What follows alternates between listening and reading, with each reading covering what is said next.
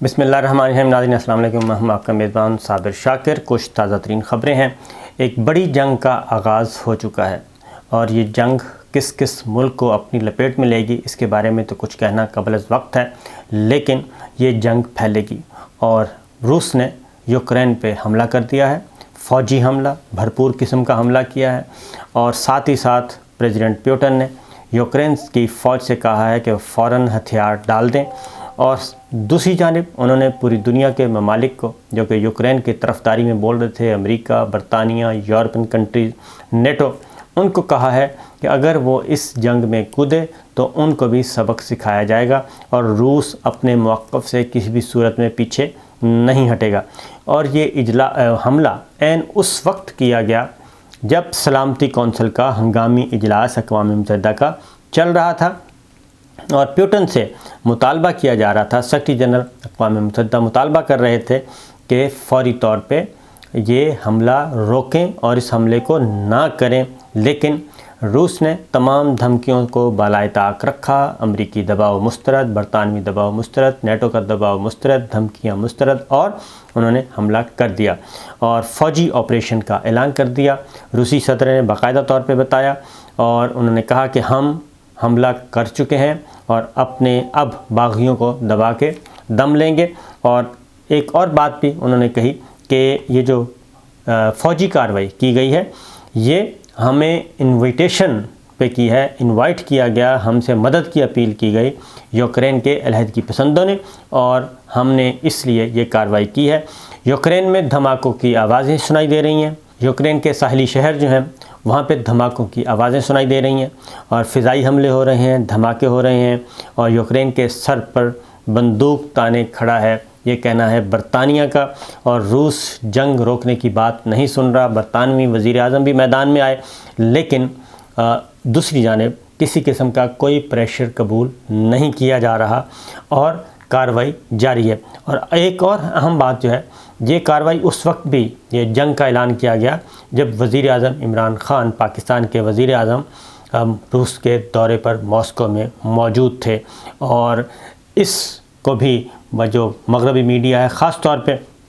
اس کو نیگیٹیولی ادا کر رہا ہے، پیش کر رہا ہے لوگوں کے سامنے کہ شاید پاکستان جو ہے یا پاکستان کے وزیر اعظم اس جنگ کے حامی ہیں، لیکن پاکستان کے وزیر اعظم عمران خان نے ماسکو میں بیٹھ کے یہ کہا ہے کہ اس پہ پاکستان کو تشویش ہے اور سفارت کاری سے ہی اس فوجی مسئلے کا حل نکل سکتا ہے۔ یہ وزیر اعظم عمران خان نے ماسکو میں بیٹھ کے کہا ہے عین اس وقت جب کہ ان کی ملاقات روس کے صدر کے ساتھ تاریخی ملاقات ہوئی۔ یوکرین پہ امریکی پریزیڈنٹ میدان میں آئے ہیں اور انہوں نے کہا یوکرین پر حملے میں جانی نقصان پر روس اکیلا ذمہ دار ہوگا اور امریکہ اور اس کے اتحادی ممالک جو ہیں وہ بھرپور جواب دیں گے، اور G7 ممالک کا اجلاس بلا لیا گیا ہے، رہنماؤں کو طلب کر لیا گیا ہے اور سر جوڑ کے بیٹھ گئے ہیں۔ یوکرین کے صدر نے یہ کہا ہے کہ تمام دنیا روس کے صدر کی جارحیت کے خلاف آواز اٹھائیں۔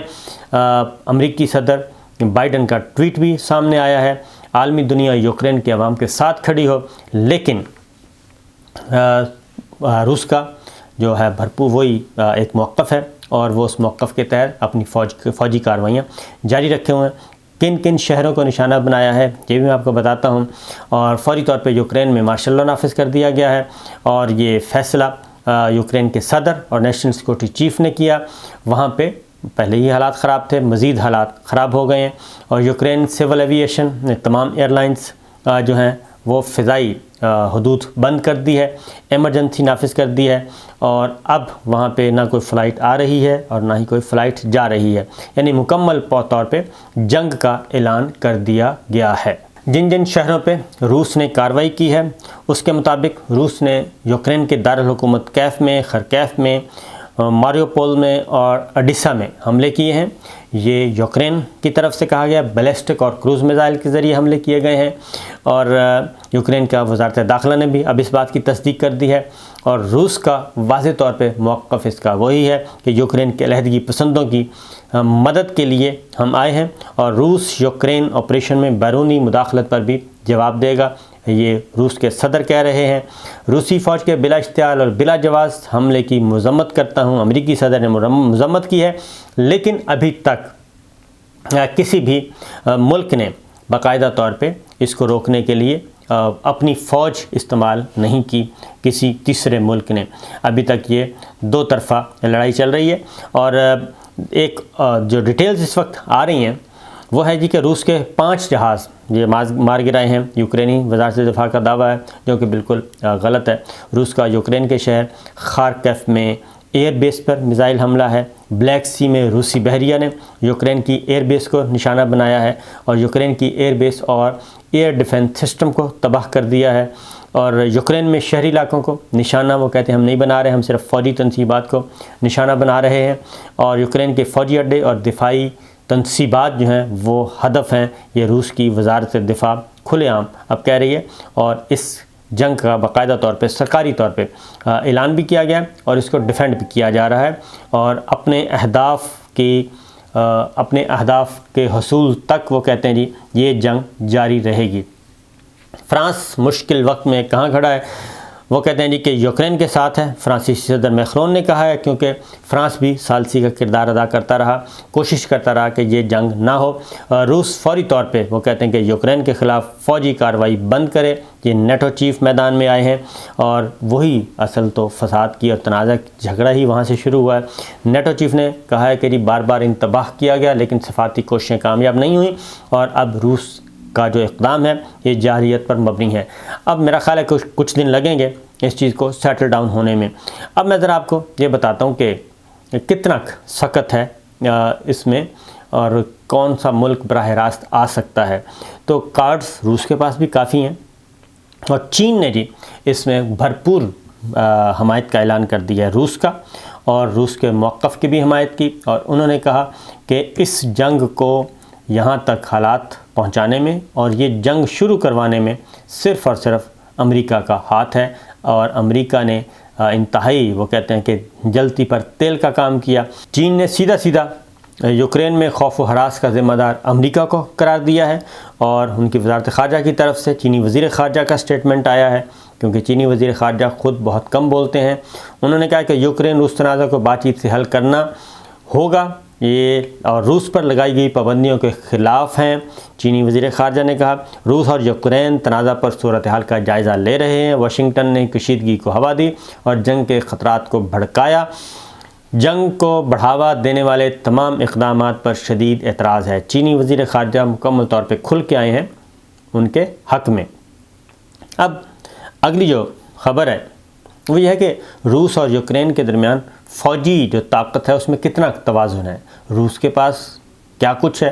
اور یوکرین کے پاس کیا کچھ ہے، یہ بھی میں ذرا آپ کو بتاتا ہوں۔ تو جو اس وقت روس اور یوکرین کے درمیان فوجی توازن ہے جی، فوجی طاقت، کتنے ہتھیار ہیں اور کیا یوکرین اکیلا مقابلہ کر سکے گا، تو اس میں جو اس وقت ہمارے سامنے ڈیٹیلز ہیں اس میں تو لگتا ہے کہ پاسبل نہیں ہے۔ اور اس میں روس نے جی 2014 میں یوکرین کے علاقے کرائمیا پر کسی بھی مزاحمت کے بغیر قبضہ کر لیا تھا، روس نے 2014 میں بھی، یہ ایک ذہن میں رکھیے۔ اور اس وقت کے اعداد و شمار کیا ہیں، اور یہ اعداد و شمار بتاتے ہیں کہ یوکرین عسکری قوت میں روس سے بہت پیچھے ہے، اور صرف روایتی جنگی ساز و سامان کو ہی اگر دیکھیں وہ ایک طرف، جبکہ روس جو ہے وہ جوہری طاقت بھی ہے، اور وہ کسی بھی صورت میں وہ اس وقت دوسرے نمبر پہ ہے جوہری طاقت کے اعتبار سے بھی، جبکہ روس کی جو مجموعی تعداد ہے فوج کی وہ ہے 9 لاکھ، اور اس وقت 1,70,000 سے زیادہ فوج جو ہے وہ یوکرین کی سرحد پہ موجود ہے۔ اور اسی طریقے سے جو بیلاروس کا علاقہ ہے وہاں پہ بھی روس کی آرمی موجود ہے اور مسلح موجود ہے، مکمل طور پہ تیار، جبکہ روس کے پاس 2840 جنگی ٹینک ہیں، 2840، اور ٹینکوں کی اعتبار سے روس کے جو 3 ٹینک کے مقابلے میں یوکرین کے پاس صرف 1 ٹینک ہے۔ یہ ایک جو برتری حاصل ہے۔ انٹیلیجنس ادارے اس تعداد کا اندازہ اس سے بھی کہیں زیادہ لگاتے ہیں۔ فوج جو یوکرین کی سرحد پہ ہے، جو اب تک خبریں ہیں اس سے زیادہ ہے۔ یہ انٹیلیجنس سورسز جو ہیں مختلف ملکوں کے یہ بتا رہے ہیں کہ روس نے بہت زیادہ فوج جو ہے وہ پہنچائی ہوئی ہے اس لڑائی کے لیے، اس لیے اس نے سوچ سمجھ کے حملہ کیا اس سے پہلے کہ کوئی اور حملہ کرتا، اس نے خود اس پہ کیا ہے۔ یوکرین نے 2010 سے 2020 کے دوران اپنے دفاعی اخراجات میں جو اضافہ کیا ہے وہ یوکرین کا دفاعی بجٹ 4.3 ارب ڈالر تک پہنچ گیا ہے، 4.3 ارب ڈالر، جبکہ روس کے دفاع پر کیے جانے والے اخراجات کا 10ویں حصے کے یہ برابر ہے، یعنی 45 ارب ڈالر اگر روس خرچ کرتا ہے تو یہ صرف 4 ارب ڈالر خرچ کرتا ہے اپنے دفاع پہ۔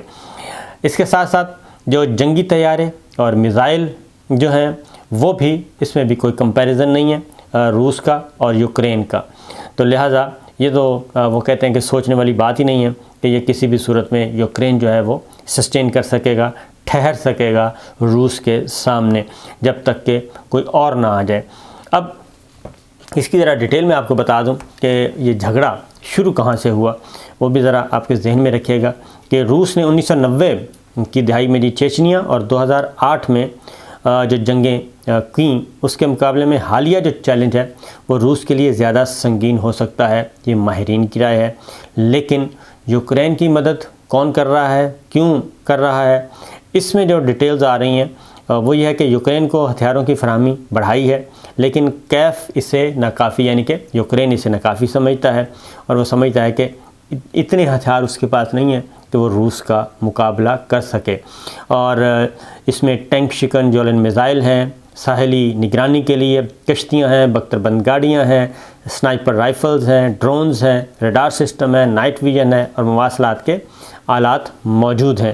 لیکن یہ ان سب کے باوجود وہ کہتے ہیں کہ پھر بھی روس کا پلڑا بھاری ہے، کیونکہ یوکرین ہتھیار لیتا ہے، روس کے اپنے ہیں۔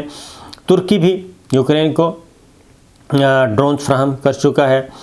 اس کے پاس ہتھیار ضرور ہیں لیکن وہ لڑنے کی سکت اس طرح سے نہیں لڑتا۔ ہاں البتہ یہ ہے کہ یہ جنگ جو ہے وہ شیطان کی آنت کی طرح پھیلتی جائے، جس طرح کہ افغانستان ہوا، جیسے کہ یمن ہوا، جیسے کہ فلسطین ہے، تو پھر یقیناً یہ چیزیں آگے بڑھیں گی، جیسے کہ عراق میں ہوا۔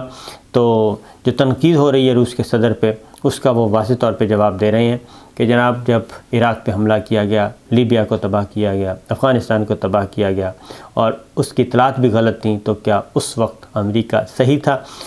روس کا جو حملہ ہے اب تک کی اطلاعات کے مطابق اس میں سینکڑوں افراد جو ہیں وہ مارے جا چکے ہیں، سینکڑوں افراد بلا شبہ۔ جبکہ دوسری جانب نیٹو نے اپنا ہنگامی اجلاس بلا لیا ہے، G7 ممالک کا کانفرنس بلا لی گئی ہے، پریزیڈنٹ بائیڈن نے بلائی ہے، تو تمام ممالک اب اپنی اپنی رائے کا اظہار کر رہے ہیں۔ موسٹلی جو ممالک ہیں وہ اس کی مذمت کر رہے ہیں، اس حملے کی، اور اس جنگ کو رکوانے کی کوشش کر رہے ہیں۔ اس کی وجہ یہ ہے کہ اگر یہ جنگ پھیلتی ہے تو یہ پورے خطے کو اپنی لپیٹ میں لے گی، لیکن روس ابھی تک ایگریسو ہے اور آگے بڑھنے کی کوشش کر رہا ہے۔ ایک حملہ پاکستان کی فوج نے بھی کیا ہے، افواج پاکستان بھی اس وقت منی جنگ کی لپیٹ میں ہے جی، اور یہاں پہ بھی ایک منی جنگ، غیر اعلانیہ جنگ چل رہی ہے، اور خاص طور پہ جب سے تحریک طالبان کا قلعم جو ہے اس کے ساتھ مذاکرات ناکام ہوئے ہیں اور انہوں نے ہماری فورسز پہ حملے کیے، پاک ایران بارڈر اور پاک افغان بارڈر، ان دو سرحدوں سے، اور تب سے ہمارا اچھا خاصا ہمارے جوان، ہمارے افسر اللہ کو پیارے ہوئے، اپنی جانیں انہوں نے وطن پہ قربان کی۔ اس کے بعد سے لے کے اب پاکستان کی مسلح افواج جو ہیں وہ بھرپور قسم کی کارروائیاں کر رہے ہیں، اور کل بھی جو آپریشن ہوا ہے اس میں بھی 10 سے 12 دہشت گرد مار دیے گئے، اور اس سے اگر ہم ایک مہینے کا جائزہ لیں تو کوئی دن ایسا نہیں جاتا جب انٹیلیجنس بیسڈ آپریشن نہ کر رہی ہو افواج پاکستان، اور وہ بھرپور طریقے سے جاری ہے، اور کبھی 5 دہشت گرد، کبھی 10، کبھی 12، کبھی 8 یہ مارے جا رہے ہیں، اور ان کی جو پناہ گاہیں ہیں ان کو نشانہ بنایا جا رہا ہے۔ تو پاکستان بھی اس وقت غیر اعلانیہ جنگ میں، منی جنگ میں گھرا ہوا ہے، اور ہر طرف جنگ و جدل ہے، اور دعا یہی کرنی چاہیے کہ پاکستان کے بھی حالات اچھے ہوں اور باقی دنیا کے بھی حالات اچھے ہوں۔ تو یہ ہے اب تک کی صورتحال، جنگ جاری ہے، اور یہ جنگ خطرناک ہو سکتی ہے اگر اس میں دیگر پلیئرز آتے ہیں، تو اس سے بچنا ہی مسئلے کا حل ہے۔ اجازت دیجیے، اللہ حافظ۔